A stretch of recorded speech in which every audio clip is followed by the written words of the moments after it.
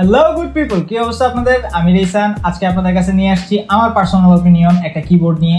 গত 15 বছর ধরে টানা গেমিং করার পরে আজকে আমি অনেক লেফট এলোন ফিল করতেছি। আমার আশেপাশে আমার যে গেমিং বাড়িগুলো আছে সবাই মেকানিক্যাল কিবোর্ড ইউজ করে, আর একমাত্র আমি এফোর্ট থেকে 400 টাকার একটা কিবোর্ড গত 5 বছর ধরে ইউজ করতেছি।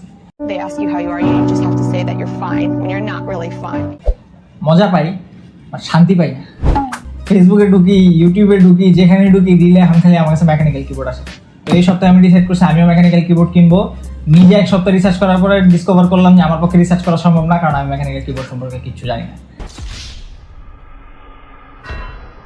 তাই গেলাম টেক ডাইভার্সিটিতে, ওদের কাছে গিয়ে বসলাম, বসে কিবোর্ড নিজের হাতে ফিল করে নিয়ে আসলাম K98 Pro।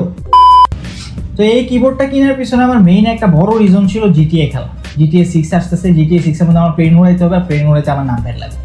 একই সাথে নামপ্যাড, একটা ভলিউম সুইচ আর একটা ডিসপ্লে আছে। এগুলো দেখার পর অন্য কিবোর্ডের উপর আপনারও চোখ যাবে, আর যে প্রাইস মাশাআল্লাহ। তো এই কিবোর্ডটা আপনি পেয়ে যাবেন 5500 টাকায় টেক ডাইভার্সিটি থেকে। আর যদি আমার মতো কাস্টমাইজেবল এই কি ক্যাপটা চান, টপোলজিক্যাল ডিজাইন যেটা সি থ্রু, এটার জন্য খরচ করতে হবে এক্সট্রা 2000 টাকা। তো সামনে ইনশাআল্লাহ ফুল রিভিউ নিয়ে আসতেছি। Till then stay safe, stay healthy, দোয়া করবেন।